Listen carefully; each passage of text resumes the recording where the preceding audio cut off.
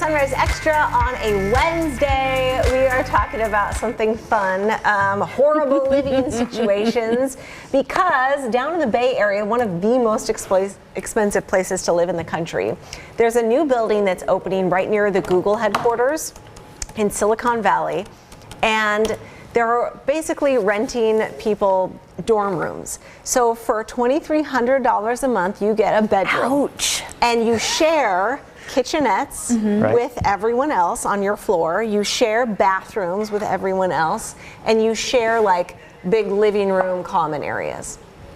So this is a steal of a deal down in the Bay Area for $2,300, where you have to imagine a lot of people probably work at Google. You're at work many hours a day. Google has pretty nice digs themselves. So you're just sleeping at your place. This new Google facility is still like a year away from opening, though, correct? Is it? Yeah, I don't think it's opened yet, but they're anticipating that there's going to be an influx of people moving down there for these jobs. And I was thinking, I guess if you're just coming out of like the college situation and you just came from a dorm style of setting, maybe this wouldn't be too difficult a scenario. But if you've been on your own for any amount of time, then you have to go back to this. I know, right? And I mean, you're not even really able to sock away any money at $2,300 a month. Well, yeah. They actually said that they were renting between $1,000 and $2,300. Oh, okay, so that's the max. So there is some leeway, but my goodness. So in light of that, we want to know, what has been your worst living situation that you've ever had? You had a good story this morning. Are we going there right off the top? I don't even know if I want to go there. I feel like you should set the tone. I will say this, our viewers are great. One thing we've learned by doing the Sunrise Extra show is that you guys are fantastic storytellers. So please share your stories, because we'd like to share them with everyone else. What are the ways they can do that, Drew? Well, there's several. Yes. I like this way now, because this is the newest form of sharing your story. You can just text us your story. The text line is up on the screen, 503-226-5111. I'm keeping an eye on all of your texts this morning. If you do send a text in, include your name so we can shout out your name. And right now we're still waiting. So far, I see all the texts that people sent earlier with the word digital, because there is an opportunity, if you text the word digital to that same number, we'll give you links to great stories on our website. But right now we want you to text. Brenda's watching on Facebook. I'm watching you guys here on Twitter and on YouTube. So you've just got to stop stalling, and you have to get to your story, because it's this awesome. Was Abilene, Texas. Yeah. If you ask me, like, hey, have you ever had a roommate? Generally, I would say no to that question, because I really, my whole life, have never had a roommate. But there were two times. Once when I lived in Johnstown, Pennsylvania, my second TV job, first day at work. I'm just kind of settling in there. And I lived at home my entire time in college. I went to school 20 minutes from where my mom still lives, at Temple University. I get to Johnstown, this guy, first day at work, walks over, he's like, hey, my name's John. It's like, hi, I'm Drew. He goes, it's my first day here too. I said, that's cool. He goes, do you have a place to live yet? And I'm like, no, I'm just kind of getting that figured out. He goes, you want to share an apartment? And I had a hard time saying no then. I still do today. And like he just said, do you want to share an apartment? I'm like, yes. That's how you got your first roommate? Yes, my first real roommate, because he put me on the spot. He didn't know how to. I was like, man, I just met you. I'm gonna reject you already? So we were roommates for 9 months. I didn't care for it. I didn't care for the experience. It's tough living with another person. Yes, it is. That you're not in love with. But before that, there was this 6-week period in Abilene, Texas. My first TV job, first full-time, lengthy TV job, and I had like a lease on an apartment that was coming up, and I had a couple of inklings that I was about to get jobs somewhere else. So I didn't want to re-sign a new lease, but I also didn't want to pay month to month. So I had made one pretty close friend in Abilene, our meteorologist. His name was Lee. And I was like, hey, man, I think he actually asked me, hey, do you want to just live with me until you get that next job? And I'm like, live with you? Don't you have a studio apartment? Which he did. Not even a 1-bedroom. It was a room with a kitchen kind of right off that room, and then the only separation between anything was the door that led to the bathroom. I mean, you could go to the bathroom in privacy, but everything else was out there. So he put his air mattress. The dude had an air mattress. So he had been living there and never even bought a bed. I was the same way. I didn't have a couch in my Abilene apartment. I had an air mattress because we did not want to be there very long. Okay. I ended up being there for 13 months. On an air mattress. I put my air mattress on this side of his studio. He put this air mattress on that side of the studio. Yeah. Now, and I can't believe you're giving me the thumbs up on sharing the rest of this? Because it's the truth and it's hilarious. There's more to this, yes. I was just, one night we were out, as you know, we're in our mid-20s, we're out having a good time, we're partying with other people at the station. And Lee decides to bring home our home. you were not paying rent for. It's still his home. Bring home a gal that night. And so there I am on my air mattress on this side of the room, just feet away. Oh, no. I mean, probably 2 body lengths away. Trying to pretend like you're asleep. I didn't really make much of an effort to pretend anything, Brenda, because he didn't seem to care that I was there, so I figured, why should I pretend like I'm not here? And he was over there continuing his evening. That's a nice euphemism. There's more to the story. There's actually more to the story. I know, it gets better. This is the, go. So the third party in the room at one point gets up and goes into the bathroom. The one place of isolation in that little studio. And as she goes into there, he says, True. True. You up? Yep. I believe the way he phrased it was, do you want in? I did not expect you to say that. And I'm turning red right now telling you this story. And I said, that's okay. That's what I said. That's okay. So that's okay. Oh my God. And that is the truthful answer. Like right. I said that's okay. And then the rest of the room is just like everyone just kind of perked up. But is that not a great story? Yes, it is. You're welcome. I love that guy. We gave him a nickname, and the nickname's not even appropriate. Oh no. The nickname was Balls. Wow. And there's no rhyme or reason for why we called him that, so it doesn't have to be a dirty meaning, unless your mind takes you there. The weird part about that nickname was my mom would call him that. Like can you imagine my mom? How's Balls doing? You've met Karen. Send him my love. No, is that Balls? She was like I was on the phone. Is that Balls? I was like, my God. And one time she answered the phone and said, "Hi, Balls." I was like, we got. Do you know what? That is a naive mom thing. Yes. Because my son had a friend named Patrick, and he was a dear friend. He was always over at our house, and they would call him P. Rick. And I thought it was because it was like a rapper name. But when you put P. Rick together, and I had been calling him P. Rick, and then when I found out what it was, I'm like, Patrick, I'm sorry. It does match with his name, so it makes sense. Yeah, that's what I thought. I wasn't thinking the other. Yeah. Rick. Sweet mom. Yeah. Hi, Balls. Hi, Balls. Oh, that's hilarious. You guys eating well over there? Oh my gosh. Okay, so let's see what other people are talking about. Right at the top of those stories. Okay, J.R. Raven That's on fantastic. YouTube. Good morning. Thank you for always watching. She says, boy, take a look at the Pearl area. Those prices over there in Portland are heavy too. She once lived in a place where you paid $550 a month, and the landlord kept promising a stove and heat, and they never got it. I refused to pay rent in my last month, and he took me to court. You didn't have a stove or heat? Oh my gosh. That's Celeste. terrible. Where is Celeste? Celeste has her headphones on, acting like she can't hear I us. remember sweet Celeste. She's such an amazing girl. Young woman. We're talking about Do you remember when you had that apartment here in Portland and you came in and you told me that you didn't have heat and it was in the middle of winter? And I was like, girl, you need to have heat. They've got to provide that for you. That was me coming from Arizona and never having to turn on the thermostat. Yes, she never had to turn on the thermostat. Yeah, you never think about it. Figured it out. There wasn't. Yes, you did. I'm like, girl, get on that. So that was a crazy story. So let's see, who else do we have here? So Debbie Southworth, good morning. On our Facebook stream says, my husband went to rent us a place once. We had already put down a deposit. It was infested with fleas. Ooh. Get out. He called the owners back so he could back out, and they said, nope, the deposit is non-refundable. Then she got on the phone and said, I'm going to see you in court. Yeah. Good for you. My Lord. Small claims court. That's horrible. Living with a roommate sucks. It just does. I mean, some people love it and do it well. But do you think, I think living with a friend is worse maybe than living with a stranger because it like affects your friendship, you know, and you have to like really kind of stay Well, it's quiet. like anything else, right? You don't know if you really match up or sync up with an individual until you have to live with them. I mean, that happens in married relationships, right? I mean, you think you're good together until you spend all that time together in those living situations. You know, I mean, I actually lived quite nicely with Balls, my buddy Lee. That was only a 6-month stint, though. Right. If you're just joining us, that was Drew's roommate in where, Texas? Abilene, Texas. Abilene, Texas. But I did have another roommate, like I said, for 9 months in Johnstown, and it was tough. Like little things would bother me. Yes, like, you know, like builds up. it bothered me that we would buy our own milk.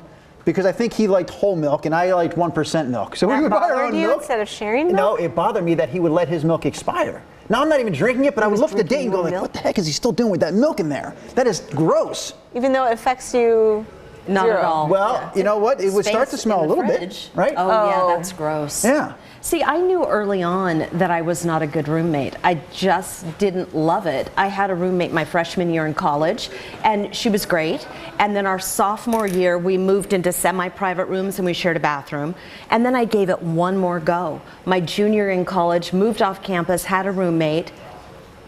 A wonderful girl, but I don't like You're an living only child, with somebody else. So like were me. You. Yes. And I didn't do well either. No, I mean, it was fun, like in college. Right. Yeah, I had a couple, you know, great friend roommates, and you know, we would, you know, jump on the couch and watch, you know, TV together and cook together and stuff. But I mean, I would think prefer what my living friends by will myself. tell you about me is that I'm good to go until I'm not. And then when I'm over it, I just out. want my own space. Yeah. And that is not conducive to having a roommate, not at all. But you know, back in the day when I had my first apartment, I think I was making like $23,000 my first job, and but you could afford to live on that in Baton Rouge. I think it was like $235 a month for a 2-bedroom, 2-bath apartment. Yeah. I felt like I was living in a palace. Yeah, isn't it so You know? exciting? Like your Yes. first apartment, it was just so exciting. You were just like, this is my own. Right. You know, and you look back and you're like, boy, that place was crappy. no. One time, I did at my own place before I moved in with Lee. I had my own apartment in Abilene, and one time, I guess I didn't shut the front door all the way. Like, why didn't I shut it and lock it is another question. But apparently I was just like shutting it closed and left, but didn't let it latch. And there were cats all over this apartment complex on the outside, outdoor. And I'm not I've gotten better with it over the years, but at the time I still did not really like cats at all, 20 years ago. Anyways, I could tell as I was walking up to my apartment, you know what it was? Here's what I think happened. I think that what I did was I walked out, and I forgot something, so I left the door open to go grab it, and while leaving the door open and grabbing whatever, the cat got in, I left closed and locked it. So I come home that night after work. no. I come home that night after It had been work, locked and I in can there. actually hear it in my apartment as I'm walking up the stairs, and I can just hear this meow, meow. I'm like, is that coming from, like, I don't have a cat. Is that coming from my apartment? And like, meow, meow. And I can hear like even the scratching, and as soon as I open up that door, shoom, running out, darts yeah. out. And cat Peed pee, everywhere. scratched up the door. Jeez. It's disgusting. Not its fault. No. Yeah, I was scared. I didn't like that apartment, and then I hated that apartment. Cat pee is the worst. Did you mention Julie Wyatt and the deer carcass? No. Oh, I would like to hear that story. Julie Wyatt, good morning to you. Julie. This is a bad story you're telling, Julie. Okay, tell She me. says, we also moved into a house that was filthy. The entire basement was full of garbage, complete with rats. Oh. The tile floors looked brown, but they were in fact white tiles once they were able to clean them. There were urine-soaked mattresses in the crawl spaces of the house, and she says there was a deer carcass in the backyard. What? Was this a rental or something? Now, I would think you would have noticed some of that before Are you actually buying a moved in. fixer-upper? Oh, yeah. Details. You rented a sight unseen, Julie? Yeah, what was that How does about? this happen? How does this deer carcass? Because the deer carcass is a deal breaker for most people. Oh my gosh. That's got to go before we move in. JR Raven on YouTube says, I have a friend who shared a 1-bedroom in North Portland with 16 people because the rent was $2,000. Holy cow. Let's You live in a house But with there's a 16 lot of here, people? actually. I know. No heat in the house. Okay, there's I haven't read all of Terry's, but it looks pretty good, so I'm going to just jump in. Terry, when I moved to my current apartment, the vacant lot next door was under construction. Good morning, by the way, Terry. Good morning. Thank you for joining us on the stream. Terry continues to say, the lot had been empty next door to this apartment for many decades. When the weather turned cold, we ended up with a huge rodent problem from the mice that were losing their homes next door. They were really aggressive mice and would jump on me from the top shelf of the pantry. Ew. She says, big eek. Yeah. Eek. Oh my We had God. exterminators come in, but what really worked was allowing the neighborhood cats in. Well, I guess that works for some people. It didn't work for me. Yeah. They took care of the problem within 2 days, and I haven't had a mouse since. So you're still living there, Terry? Oh yeah, she says when I moved into my current apartment. Okay, so check this. Rick Mock. I rented a place outside of town that had mice in it as well. My 2 cats would wake me up chasing them in the middle of the night. I got good, he said, at catching them with a flashlight, a cardboard tube, and a tape measure. Oh, to like block the hole or something? Wow. Rent was cheap though, LOL. Yeah, no kidding. Oh my God. I can't remember what I was paying for rent in an apartment when I first moved here in 2000. I was living in apartments over by like 170th and TV Highway in Beaverton because I was working at KPTV, which was not too far away from there. I wish I could remember what I was paying for a month. Ginny Carlson says back in 1990, so 10 years earlier than that, she was paying $410 for a 1-bedroom apartment. Her paycheck was $420 every 2 weeks. Oh my gosh. Where was that? Where did she say she lived? The life back then, says Ginny. Ginny, we just need an update on where exactly were you living for $410 a month for a 1-bedroom apartment in 1990. Let us know. Because when I moved here in 1989, I lived right across the street from the station in Goose Hollow. Yep. And I had a 2-bedroom, 2-bath apartment, and I think it was $600 some a month. Wow. Yeah. Well, yeah. So that was 30 years ago. Jeez, that's crazy. Yeah. So I did a story 5 years ago. There's a couple apartment buildings, one in the Hollywood district and one here on Northwest 23rd and Thurman. And they are micro apartments. And they're folks that, they're young, single people, no car. They're minimalists who don't own a lot of stuff. They eat out, on 23rd, or there's that New Seasons Market over there in Slabtown. So these apartments, guess how small they are? 150 square feet up to 200 square feet. So these are like that Bay Area place that we were talking about. It's a bedroom. You do have a toilet and you have your own bathroom. Yeah. There's a fold-down desk. And there's a kitchenette that has like a mini fridge and a sink and a microwave. But there's a kitchenette on each floor, and there's like common areas. You mean stuff. a full kitchen on each floor? Full kitchen on each floor, yeah. And 5 years ago, it was $800 a month for 172 square feet. It can fit her full-size bed, that little kitchenette, her desk, and a bathroom, and that's it.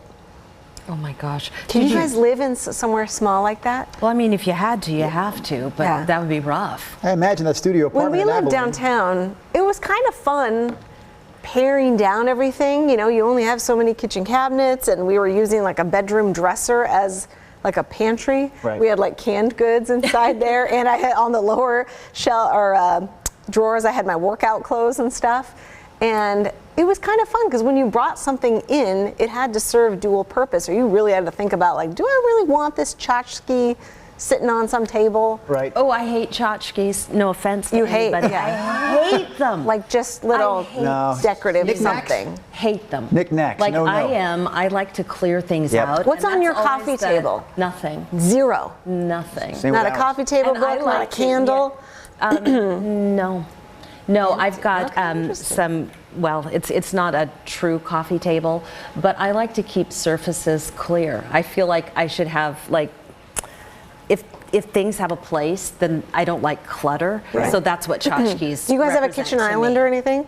No, not in this No. place. We don't. Okay. We've I got was gonna like say, the what's on your coffee countertops. table? The coffee table in like that main like TV room, there is nothing on there. Zero. Okay. I mean, there's a couple of coasters there for if Yeah. the kids have drinks. Yes. Me wants them on the coaster. No, like Same. decoration. And maybe a TV remote. That's Yes. it. No, but we did Same. nothing on that coffee table. There's like a table just outside that room that has like a plant in the middle of it. You know, you don't consider plants to be tchotchkes, right? No. So like an entry table? Yeah, exactly. You would get along well with me because she hates that clutter business you're talking about. Like Yeah. everything in the kitchen, the counters, in her ideal world, there would be nothing on the counters. Really? I mean, what about like the little toaster oven? Where's that going to go? She's thinking in her head, like, where can I put that? But that's on the counter. But even the microwave, like we've got one of those built-ins like down below where we can stick that. She doesn't like the coffee pot on the counter. Like she wants to put it away every day. She puts it away every day. Well, They've got these I've little, convinced her to what are stop they doing called? that. The Like where Keurigs? they're like, I would call them a Little- closet, but they're like the bread little box garage thing? Yeah. type things That's on the the bread counter where you box. put them away. Right. But I honestly think, I mean, this is my neuroses, but I am like that neat freak that when I leave a room, I like it for the night. I'm Yeah. going to put it back together the way it Yes, was, so we same. start over. Yeah. Are Yeah, you? yeah. Me too, I actually. can't like relax if there's kind of messy stuff around. I like have to put it away. Yep. And then I'm Same. like, okay. I mean, honestly, I'm the same way. Can I get some I mean, I told you before, sometimes We're a mess. I like to put all those dishes away. When I come down before I come here, I like, if there's a few dishes in the sink and there's clean ones in the dishwasher that ran Bravo. well, it's more about being sick Husband. than it is about being a good husband. I want those things away in there, and I want It's a that sink cleaned out. But I expect the same when I come home from work. Like, I don't want to walk in like, hey, it's, But do you get the same? yeah, typically You do? yes. Okay, Yeah. that's good. That's good. Yep. We're weird. Thank We you for are joining weird. us. We're a weird There was a trio. very good story, That's why if we we have get time along. for it. Oh, yeah. I'll finish it because Zelma really taking us back to something that we can all relate to. We all know about the flooding here in Portland back in 1996. Zelma lived here then, and Zelma, good morning, says that she lost her home to the floods in 1996. Oh, no. So at that time, they had to move into adjoining hotel rooms for a month. It was her husband, her 19-year-old daughter, their twin 16-year-old sons, and their cat. Oh my And they goodness. moved into adjoining hotel rooms for Wow. 1 month during those crazy times, she says. Wow. Oh yeah, that's awful. I told you yesterday, I can't pay attention to two things. So I've been paying attention to Facebook, and I've sort of ignored our texters, but I know we're about to close up the show. So Yeah, we are. I say Terry thanks for texting if you Hogan Camp says in the 90s, I paid $325 for a 2-bedroom apartment. Candy Pike says, I moved out of an apartment in Vancouver 6 years ago, paying $875 for a 2-bedroom. Moved back into that same apartment 2 years later, paying roughly $500 more. No amenities at all. It's crazy. Yikes. Oh man. Did you get some text? Yeah, I did. I'm going to read one. Okay, Maybe good. we close with the text because Yes. this is the best way, or maybe not the best way, but it's the new way to communicate with us. Text us 503-226-5111. All right. Drew, this is Dean. He said that was a fantastic story we shared earlier about my apartment living in Abilene. The things we do in our 20s, right? Then Dean goes on to say, my husband and I moved to San Diego in the mid-90s, and our first apartment was a studio in a real low-rent area on Ingram Avenue. We set up our air mattresses to go to bed, turned out the lights that first night. The walls started glowing with handprints and what looked like splatter and spray marks on the walls and ceilings, like a crime scene, he says, sprayed to find blood splatter. Oh my God. Then he says, and I'm just using his like words. what the cops use. Yes, Uh-huh. yes. He says, we talked to, in his words, the fat, sweaty manager, these are Dean's words, to let us transfer to a different unit, and that one ended up being infested with fleas. We moved out 2 years later. Oh no, Dean, that's the worst. That's horrible. What a story. You've got some good stories It too, had the Dean. cop spray to like the blue light, black light spray. Oh my gosh, wow. Yeah, you look up, get out. Okay. That's a good text. That's a good text. Are we gonna Good end on morning that from one? Kieran. I like You that can, one. yes. One, There's, Kieran. Just saying I'm one watching. last one.